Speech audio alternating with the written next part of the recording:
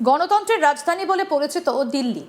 দেশের সংসদ, রাষ্ট্রপতি ভবন, সুপ্রিম কোর্ট সবকিছুর কেন্দ্রবিন্দু এই শহর। কিন্তু সেই দিল্লির বুকেই যদি কোনো প্রতিবাদী মঞ্চ থেকে অভিযোগ ওঠে খাবার পাচ্ছি না, জল পাচ্ছি না, ওয়াশরুম ব্যবহার করতে দেওয়া হচ্ছে না, তাহলে প্রশ্নটা শুধু একটা আন্দোলনকে ঘিরে থাকে না, প্রশ্নটা গিয়ে দাঁড়ায় গণতন্ত্রের চরিত্রের সামনে। যন্তর মন্তরে চলা ছাত্র যুবদের আন্দোলনকে ঘিরে ঠিক এইরকমই অভিযোগ তুলেছেন ককরোচ জনতা পার্টি বা সিজেপির প্রতিষ্ঠাতা অভিজিৎ দীপকে, যাকে তার সমর্থকরা মজা করেই আরশোলাদের সর্দার বলে ডাকেন। কিন্তু তার অভিযোগ মোটেও মজার নয়, বরং তা দেশের রাজনৈতিক এবং প্রশাসনিক সংস্কৃতি নিয়ে একাধিক প্রশ্ন, অস্বস্তিকর প্রশ্ন তুলে দিয়েছে। অভিজিৎ দীপকের দাবি, আন্দোলনকারীদের জন্য জল নেই, খাবার নেই, রাস্তার আলো নেই, এমনকি ওয়াশরুম ব্যবহার করার সুযোগও দেওয়া হচ্ছে না। শুধু তাই নয়, যারা বাইরে থেকে আন্দোলনে যোগ দিতে আসছেন তাদেরও ব্যারিকেডের বাইরে আটকে দেওয়া হচ্ছে। এই অভিযোগ সত্যি হলে তা নিছক প্রশাসনিক কড়াকড়ি নয়, বরং তা গণতান্ত্রিক অধিকারের সীমা কোথায় শেষ হচ্ছে আর রাষ্ট্রীয় নিয়ন্ত্রণ কোথা থেকে শুরু হচ্ছে সেই বিতর্ককে নতুন করে উস্কে দেয়।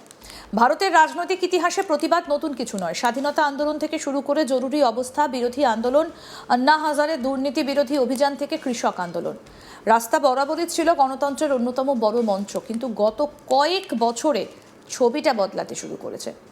আজকের ভারতে প্রতিবাদ শুধু রাজনৈতিক কর্মসূচি নয়, সেটা অনেক সময় প্রশাসনিক অনুমতির ওপর নির্ভরশীল একটা কর্মকাণ্ডে পরিণত হয়েছে।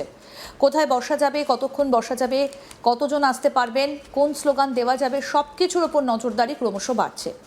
এই প্রেক্ষাপটে যন্তর মন্তরের ঘটনাটা গুরুত্বপূর্ণ, কারণ আন্দোলনের বিষয়টা শুধুমাত্র কোনো রাজনৈতিক দলের ক্ষমতা দখলের লড়াই নয়। এটা মূলত পরীক্ষার দুর্নীতি, প্রশ্নপত্র ফাঁস, নিয়োগ প্রক্রিয়ার স্বচ্ছতা এবং ছাত্র যুবদের ভবিষ্যৎ নিয়ে ক্ষোভের বহিঃপ্রকাশ।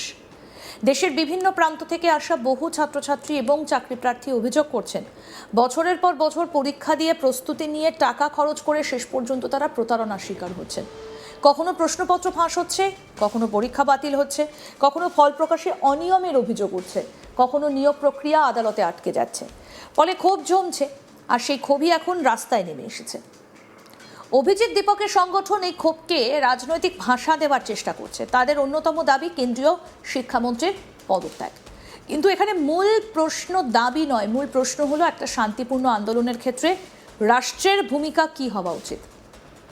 গণতন্ত্রে সরকারের কাজ কি? বিরোধী কণ্ঠস্বরকে নিয়ন্ত্রণ করা, নাকি তাদের কথা বলার সুযোগ নিশ্চিত করা? এই প্রশ্ন নতুন নয়, কিন্তু প্রতি কয়েক বছর অন্তর নতুন করে সামনে আসে। অভিযোগ অনুযায়ী আন্দোলনকারীদের মৌলিক পরিষেবাগুলোর ওপর নিয়ন্ত্রণ আরোপ করা হয়েছে। যদি সত্যি খাবার, জল বা শৌচাগারের ব্যবহার সীমিত করা হয়ে থাকে, তাহলে তা শুধু প্রশাসনিক সিদ্ধান্ত নয়, বরং মানবিকতার প্রশ্ন। কারণ মতাদর্শ যাই হোক, প্রতিবাদকারী মানুষও নাগরিক, তাদেরও মৌলিক প্রয়োজন রয়েছে। কেউ সরকারের পক্ষে থাকুক বা বিপক্ষে থাকুন, জল খাবার অধিকার রাজনৈতিক আনুগত্য দেখে নির্ধারিত হতে পারে না। এখানেই এই ঘটনাটা রাজনৈতিক বিতর্কের গণ্ডি ছাড়িয়ে নাগরিক অধিকারের আলোচনায় চলে আসে। আবার অন্য দিকটাও রয়েছে, প্রশাসনের নিজস্ব যুক্তি থাকে। বড় জমায়েত মানেই নিরাপত্তা উদ্বেগ। রাজধানী শহরে যে কোনো বিক্ষোভ দ্রুত আইন শৃঙ্খলার প্রশ্ন তৈরি করতে পারে, বিশেষ করে যদি আন্দোলন দীর্ঘমেয়াদী হয় বা ভিড় ক্রমশ বাড়তে থাকে। ফলে পুলিশের দায়িত্ব সহজ নয়। তাদের একদিকে প্রতিবাদের অধিকার নিশ্চিত করতে হয়, অন্যদিকে জননিরাপত্তাও বজায় রাখতে হয়। কিন্তু সমস্যাটা তৈরি হয় তখন যখন নিরাপত্তা এবং নিয়ন্ত্রণের সীমারেখা অস্পষ্ট হয়ে যায়। গণতন্ত্রে পুলিশ সরকারের নয়, আইনের প্রতিনিধি, তাই তাদের ভূমিকা হওয়া উচিত নিরপেক্ষ। যখন আন্দোলনকারীরা অভিযোগ করেন যে পুলিশ ইচ্ছাকৃতভাবে তাদের অসুবিধায় ফেলছে, তখন সেই নিরপেক্ষতার প্রশ্নই সামনে আসে। আর এখানেই যন্তর মন্তরের এই আন্দোলন গুরুত্বপূর্ণ হয়ে ওঠে, কারণ এটা শুধু একটা ছাত্র আন্দোলন নয়, এটা রাষ্ট্র এবং নাগরিকের সম্পর্কের সমীক্ষাও। অভিজিৎ দীপকের আরেকটা বক্তব্য বিশেষভাবে নজর কেড়েছে। তিনি দাবি করেছেন তাকে গ্রেপ্তার করা হতে পারে এবং সেই আশঙ্কার মধ্যেই তিনি তার সমর্থকদের আন্দোলন চালিয়ে যাবার আহ্বান জানিয়েছেন। কি বলছেন অভিজিৎ দীপকে, শুনবো। मैं अभी जंतर मंतर पर हूँ, पुलिस मुझे अरेस्ट करने आ रही है। तो जितने भी इस देश में युवा इस वीडियो को देख रहे हैं, वो अपने अपने डिस्ट्रिक्ट में जेल भरो आंदोलन शुरू कर दीजिए। चाहे कुछ भी हो जाए, हमारा आंदोलन रुकना नहीं चाहिए। लेकिन एक चीज़, जो भी प्रोटेस्ट करेगा पीसफुली करेगा। ये लोग थोड़ी देर में हमें यहाँ से उठा लेंगे, लेकिन मेरी आप सभी से रिक्वेस्ट है, इस मूवमेंट को अब आप आगे बढ़ाइए और शांतिपूर्ण आगे बढ़ाइए। प्लीज जेल भरो आंदोलन की शुरुआत करिए। ভারতীয় রাজনীতিতে এই দৃশ্য নতুন নয়। প্রতিটা আন্দোলনের একটা প্রতীকী মুহূর্ত থাকে, যেখানে আন্দোলনের নেতৃত্ব নিজেকে সম্ভাব্য রাষ্ট্রীয় চাপের মুখে থাকা ব্যক্তি হিসেবে তুলে ধরেন। এতে আন্দোলনের আবেগ বাড়ে, সমর্থকদের মধ্যে ঐক্য বৃদ্ধি পায়, ফলে বাস্তবিক গ্রেপ্তার হোক বা না হোক, এই ধরনের বক্তব্য রাজনৈতিকভাবে অত্যন্ত তাৎপর্যপূর্ণ। সোশ্যাল মিডিয়ার যুগে এর গুরুত্ব আরও বেড়েছে। আগে একটা আন্দোলনের খবর ছড়াতে সময় লাগতো, এখন একটা ভিডিও কয়েক মিনিটে লক্ষ লক্ষ মানুষের কাছে পৌঁছে যায়। একটা হ্যাশট্যাগ জাতীয় বিতর্কে পরিণত হতে পারে। একটা লাইভ ভিডিও প্রশাসনের বিরুদ্ধে জনমত গড়ে তুলতে পারে। অভিজিৎ দীপকের ক্ষেত্রেও সেটাই ঘটেছে। তিনি শুধু যন্তর মন্তরের মঞ্চে নেই, তিনি মোবাইল স্ক্রিনের মধ্যেও উপস্থিত, এবং সেখান থেকেই তিনি নিজের রাজনৈতিক বয়ান তৈরি করছেন। তবে এই পুরো ঘটনার সবথেকে বড় শিক্ষা সম্ভবত অন্য জায়গায়। দেশের যুব সমাজের মধ্যে ক্রমবর্ধমান হতাশা। প্রশ্নপত্র ফাঁসের ঘটনা এখন আর বিচ্ছিন্ন ঘটনা নয়।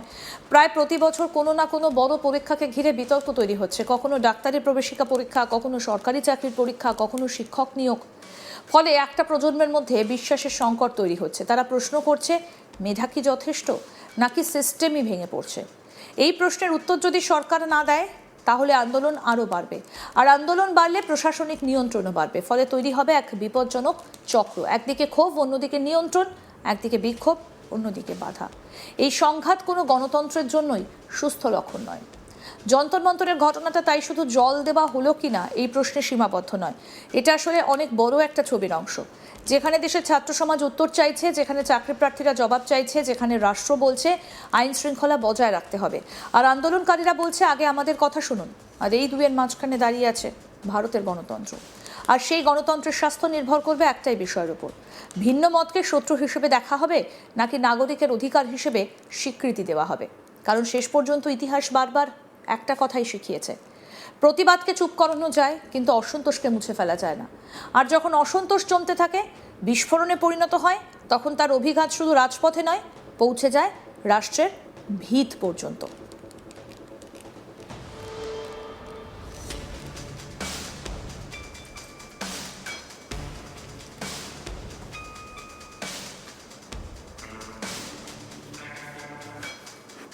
আসুন আপনাদের আরেকবার শোনাই অভিজিৎ দীপকে, ককরোচ জনতা পার্টির प्रधान কি বলেছেন। मंदिर पर हूँ, पुलिस मुझे अरेस्ट करने आ रही है। तो जितने भी इस देश में युवा इस वीडियो को देख रहे हैं, वो अपने अपने डिस्ट्रिक्ट में जेल भरो आंदोलन शुरू कर दीजिए। चाहे कुछ भी हो जाए, हमारा आंदोलन रुकना नहीं चाहिए। लेकिन एक चीज़, जो भी प्रोटेस्ट करेगा पीसफुली करेगा। ये लोग थोड़ी देर में हमें यहाँ से उठा लेंगे, लेकिन मेरी आप सभी से रिक्वेस्ट है, इस मूवमेंट को अब आप आगे बढ़ाइए और शांतिपूर्ण आगे बढ़ाइए। प्लीज जेल भरो आंदोलन की शुरुआत करिए। मैं अभी जंतर मंतर पर हूँ, पुलिस मुझे अरेस्ट करने आ रही है। तो जितने भी इस देश में युवा इस वीडियो को देख रहे हैं, वो अपने अपने डिस्ट्रिक्ट में जेल भरो आंदोलन शुरू कर दीजिए। चाहे कुछ भी हो जाए, हमारा आंदोलन रुकना नहीं चाहिए। लेकिन एक चीज़, जो भी प्रोटेस्ट करेगा पीसफुली करेगा। ये लोग थोड़ी देर में हमें यहाँ से उठा लेंगे, लेकिन मेरी आप सभी से रिक्वेस्ट है, इस मूवमेंट को अब आप আরও আপডেট পেতে দেখতে থাকুন আজ তাক বাংলা, সাবস্ক্রাইব করুন।